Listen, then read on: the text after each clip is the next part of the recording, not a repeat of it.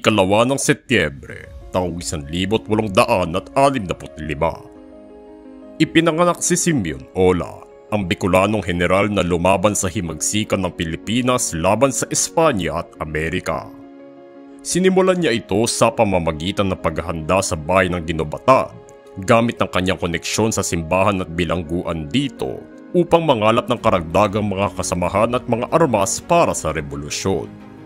Pinamunuan niya pa ang mga Bicolano sa pag-aaklas hanggang sa kalayaan ng Pilipinas sa mga Espanyol, at itinuloy niya ito sa pagdating ng mga Amerikano sa kabila ng mas malakas sa puwersa na palagi nilang kinakaharap, dahilan upang seryosohin siya ng kanyang mga katunggali.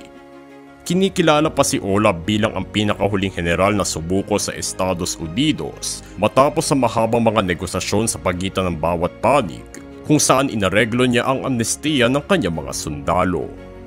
Sinentensyahan siya ng 3 dekadang pagkakakulong, ngunit nakalaya siya agad matapos ang 1 taon dahil sa kapatawaran, kung saan pumasok na siya sa politika kalaunan.